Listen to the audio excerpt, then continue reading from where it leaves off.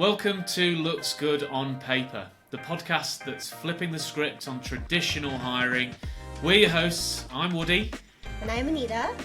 And in each episode, we dive into why CVs and the so-called perfect candidate can be misleading. We'll be speaking with industry experts to uncover how skills, potential, and real-world experience should be the focus when making hiring decisions. We're here to challenge the norm and rewrite the rules of hiring. So let's get started. Welcome everybody to this episode of Looks Good on Paper, where we challenge the status quo. And this week I'm delighted to invite or have Derek Polowyj from Eden Scott join us on the podcast. Just in the preamble, before you see this, he admitted to studying recruitment, which isn't something that you hear very often. So during his dissertation, it was about human capital, and I'm super excited to have you on the podcast, Derek. Really looking forward to understanding what your maybe unique perspective is on our three questions. I'm going to hand over to you to do a bit of introduction. It would be great for our audience just to get to know you a little better, what you do at Eden Scott, maybe just give us a little insight into the amazing world of Eden Scott. I'm sure anybody in Edinburgh knows who you are, but outside of Glasgow, Scotland, etc., maybe on Anita's side of the pond, they probably don't know Eden Scott quite as well. So it'd be awesome to get a very quick overview of that too. Fantastic. Yeah, well, first of all, thank you very much for having me on. Really glad to be here. So yeah, interesting coming onto this podcast specifically because I think I'm somebody that on paper probably does come across a little bit differently. So just to touch on the point that you made, I entered the world of work just after high school. I had a couple of offers to go to university, decided after a bit of an early life crisis that wasn't the right path for me. And I was all of a sudden stuck there with no real direction going forward. I heard of this program called the Modern Apprenticeship, which allowed you to work full-time and study part-time, which sounded like a bit of me. I could earn money while still getting my qualifications. Jumped into that head first. Eden Scott came knocking. I heard of this wonderful opportunity to work in the world of deep technologies, which is everything from lasers to space to other companies doing weird and wacky things with AI. And I thought that was a bit of me, again, despite having no background. And around the same time, I also heard of this thing called the Graduate Apprenticeship Scheme, which would allow me to get a degree, bachelor's, in 4 years while working full time. So I would work for 4 days, and then on a Friday, I would be released to go and study. And it was this fantastic blend because I was able to look at the theory of things on a Friday, and then on the Monday morning, I would go and apply it at work. And that was how I was able to get this really rich understanding of not just what the academia says, but how it's applied in the real world. And naturally, because I work in the world of recruitment, all of that tended to be around, like you said, human capital and other human resources related activities. That was instrumental, and I couldn't have done it without the help of Eden Scott. So we are Scotland's largest independent recruitment agency, last time I checked. We've been going for over 20 years now, and we operate across more than a dozen different sectors. Everything from renewable energy through to deep technologies, through to professional services like accountancy and finance. We have roots right across the UK, although our 3 offices are based here in Scotland, so we tend to do quite a lot of our work here.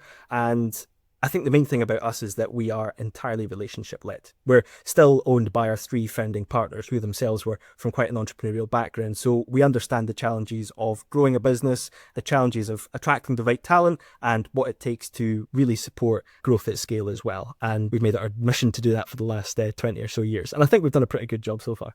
Amazing. Thanks, Derek. Thanks for the introduction. One of the things I absolutely love about Scottish business, other than obviously the fact that Willow comes from Scotland, is the amount of space tech. You've got like Alba Orbital, Crucial, big shout out to Alan Cannon over at Crucial, who I know fairly well. We went on an awesome founders retreat. So deep tech in Scotland is actually quite a buzzing industry, really, isn't it? Scotland, generally speaking, has this rich history of pioneering new technologies. We do a fantastic job of, not just making and launching things that go into space, but actually then processing the data that comes from these satellites as well. Stopping poaching activities through to tracking climate change, all done here in our tiny little slice of the world. Super proud to not just be born and raised here, but really help that ecosystem thrive as well. As you know, we're going to launch into our 3 standard questions, and then Anita is going to squirrel away in the background and think of a wildcard question.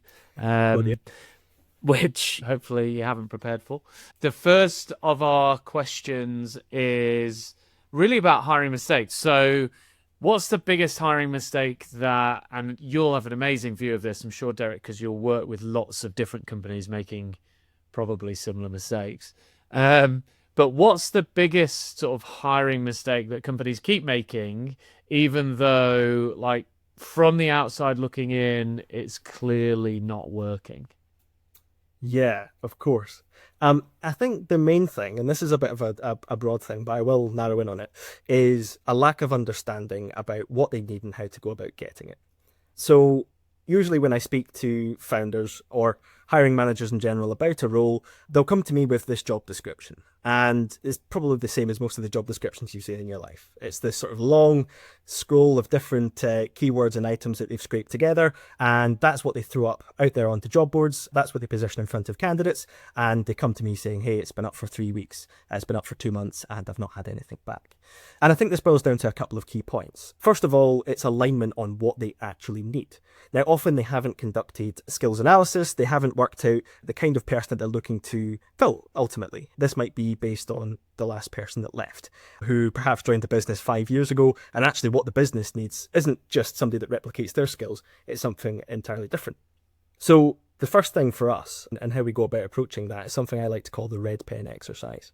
So we'll sit down with the hiring manager online or in person with a copy of the job description and go, okay, you've asked for somebody that has 10 years of experience. What if I could find somebody that would fulfill all the other criteria but had 9 years of experience? Would you still consider them? And then they go, yeah, of course. So we draw a red line through that then, because 10 years obviously isn't entirely important. And when you go through this point by point, what you actually boil down with is, rather than 10, maybe 3 or 4 really key non-negotiables. And then everything else is desirable here.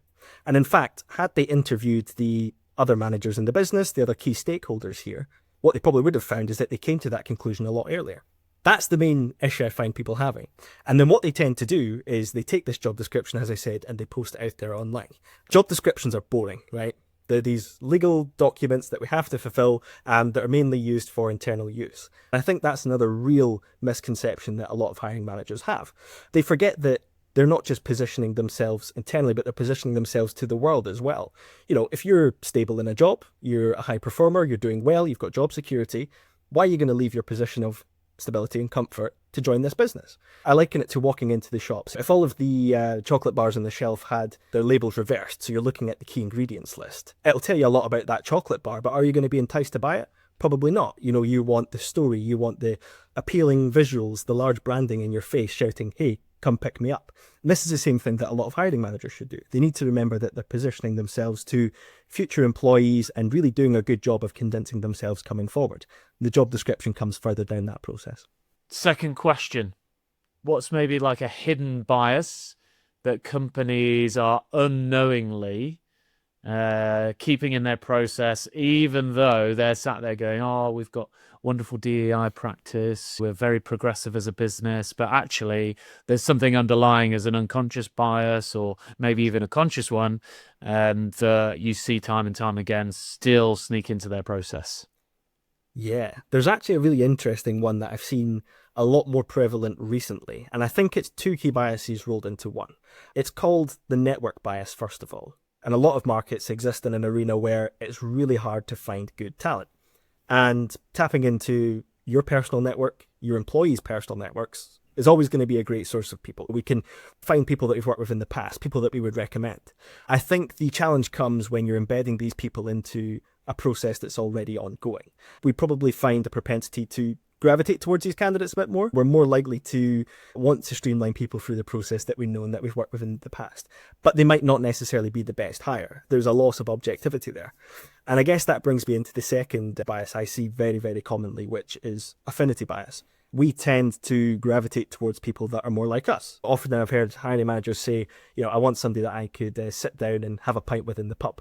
And I do think there's some value in there and getting along with your colleagues and having those shared experiences as well. But actually, when we have a look at the research, we tend to find that diverse teams are often the best performing. And it's not just diversity in terms of background, it's in terms of thought, it's in terms of learned experience and skills and traits as well. And although the person that went to the same university as you, or the person who shares the same love for football as you, might be great to sit down and have a pint with. They perhaps won't be the best next hire that you get as well. And I tend to find that these two biases are quite closely interlinked, and I can see that's how Infinity bias finds its way unconsciously into the hiring process as well, through those networks. The real dichotomy is that a hiring manager should want to go for a pint or a pint of Coke or a pint of beer, whatever your tipple, with whoever is right for the job, because actually it would be an interesting enough conversation just about work, regardless. Like wanting to just socialize with people outside of work is a bit of a bygone era, really, unless that's your culture as a business and you're not really hiring for skill. You're hiring for cultural fit. And I've talked about cultural fit in the past. Cultural fit can be a culture add. It can be, valuable within a business. But also, if you're just hiring based on cultural fit, you can also weaponize that to a point of going, everybody's going to look and sound like me. Otherwise, they don't fit in our culture of our business. The challenge should be hire somebody that is so different to you but has the right skills that it means it's super interesting to sit down for a pint with them after work and just find out more about that person. We tend to find that good salespeople, they usually have the gift of the gab. They're great chat. They're good at wooing people and getting them on sides, but actually being able to sort of strip that away and not just say, okay, how much do we like them as a person? What value can they bring to the business? What kinds of different perspectives? What's their achievement like? And I think it's really easy, and I'm not blaming anybody here. It's super easy to get caught up in having a great conversation with somebody, but sometimes too unstructured of a process, or not asking the difficult and tricky questions up front, we can almost sort of be blindsided by somebody's personality, and we tend to gravitate to who is the easiest to talk to rather than who's the best for that specific role. Final question before Anita's wild card. So I hope you're ready for that one. What's the most surprising hire or placement, I should say, maybe, that you've ever made? And how did their success defy what looks good on paper? Yeah, this is a really interesting one, actually. So while I was conducting some of my university research for my dissertation project, I met this fantastic engineer who had recently come to the UK from overseas. He was sort of locked into a role that he was very unhappy with, that he felt was below where his expectations are for his career, for the experience that he already gained. But he was finding it really hard to get another role here. The perception he was facing as well is that certain biases related to his background, to the country that he had came from as well. Employers were really quickly to judge whether or not he had further requirements like visa sponsorship as well. And I think that had almost manifested itself in him almost undervaluing himself. And that sort of reflected in the CV that he had as well. He had a couple of short stints, he'd had some gaps in his resume as well. But actually, when you sat down with him and you spoke to him and he was able to articulate himself, talk through his experience and his skills and share some stories, he was fantastic. It completely blew me away. Sort of made it my mission, really, to help him get that next role. And I think, like you said, on paper, all of the key sort of red flags that you might hear people ranting on LinkedIn about were there. Like I said, a couple of shorter stints. But ultimately, we were able to help him articulate himself, help him to tell his story, to make his personality shine through, which is such an important trait in the modern age of AI, large language models as well, who do a great job of sort of making everything sound bland. Actually being able to get his voice through that as well was fantastic. He landed a couple of interviews, and as soon as hiring managers saw the same thing that I saw, he was very quickly in demand. Glad to see that we managed to help him get a role. He's now doing fantastically well. He's on a great progression pathway, and when I picked up with the hiring manager a couple of months later, he said he was one of the best hires he made that year, which just completely made my day as well. So I think it goes back to my previous point that sometimes the people that look fantastic on paper, who perform fantastically in interviews, aren't always the best people for the role. And being able to cut through that noise and really go beyond just a sort of 15-second scan and actually meet the person behind the paper is such an important exercise. And it's something that we don't do enough as recruiters. I'll hold my hand up first of all. It's really easy to jump to these mental shortcuts, these heuristics, but taking the time to understand the person behind that can be so valuable and actually can lead to some of the best placements you ever get. Right, because they're humans behind that paper, right? Yeah. We forget that they're humans with experiences and lives like passions, and that's the most exciting thing about meeting these people. All right, so ready for your wildcard question? Have a bit. Game face on. If you could ban one thing from CVs forever, what would it be? Oh, ban one thing from CVs forever. The first thing is a stylistic choice. One-page CVs. And it goes back to the previous point that we just said. And it kind of contravenes a lot of the advice we get on LinkedIn as well, right? Which is they need to be these extremely short, snappy, visually appealing, packed with colour and sliders. I completely disagree. I think that what you end up doing is trying to condense your information, your experience so much that you go the opposite way. You don't tell a story. You don't articulate yourselves well. When you have to condense, especially candidates who have 1 or 2 decades worth of experience in a particular field, I see them trying to condense their skill summary into like 3 or 4 bullet points. And I just don't think it works. Again, I can understand the dichotomy that you've got to do there, and I'm not advocating for 15 or 16 page CVs by any means, but I'd much rather see 2 or 3 pages that really goes into you as a professional, your background, your experience, what makes you tick, what projects you've delivered, than this sort of bland, visually appealing one-pager. I think another thing that we need to ban from CVs, in addition to that as well, are these really sort of generalized personal profiles that I see as well. I just don't think they add much value. And what I mean by that, in case anybody doesn't know what I'm referring to, we sort of see this introductory paragraph or two, which is just packed with meaningless buzzwords. Like, I'm a proactive, people-centered engineer. Organized. Yes, yeah, I'm a people also person. Dynamic and yeah, it's like insert any adjective that can make you sound fantastic. I like to see them more so as an opportunity for your elevator pitch. And I delivered a workshop to students fairly recently which said the exact same thing. Rather than just sort of filling it with this litany of different buzzwords that aren't going to add value to the reader nor anyone else, use it to tell a bit of a story. I studied X because I was enthused and entirely found the subject to be passionate to me when I met somebody in high school. That then took me on this journey. I've since launched 3 satellites into orbit, etc., etc., etc. That's a much better, much more captivating story and really sets up your CV for a lot more success to come, rather than these sort of bland AI-churned introductory paragraphs that don't really do anything at all. Just to challenge that back, my only fear of that, and I totally agree, right? Like, it's the most wasted bit of space ever, because it is. I'm dynamic, I'm organized. Yeah, it's like, what words can I put in here?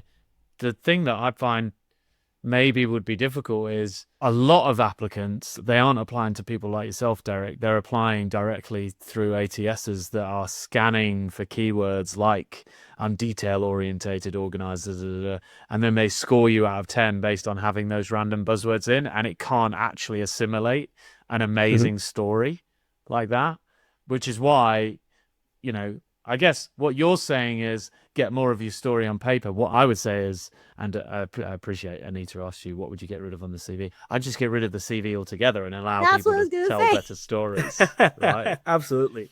That's the point. The reality is that CVs, as long as they stay as they are, they're always going to be self-edited. They're always going to be, a collection of random words to get through an ATS. What I love is your idea of, just how can we turn and evolve this piece of paper or this application into the story of somebody's actual life, as opposed to, like you say, just what you think you should write on one page to get through. And scarily enough, people that put 2 pages, half of the second page is all blanked out in white font, so they get through ATSs anyway. It's ridiculous. There's so many amazing things that people do just to get through that. Thank you so much for coming on, Derek. Appreciate you joining us on the podcast this week. Thanks. Pleasure. Thanks so much, Derek. Really love the conversation. See you all soon. Oh, yeah. Bye. Thanks, guys. See you later. So thanks for tuning in to Looks Good on Paper. We hope today's conversation helps you rethink what really matters when it comes to hiring. Don't forget to subscribe, share with your network, and stay tuned for more insightful discussions that are shaking up the entire hiring process. Catch us next time as we continue to challenge the status quo. Until then, remember, it's not what looks good on paper, it's what they can do.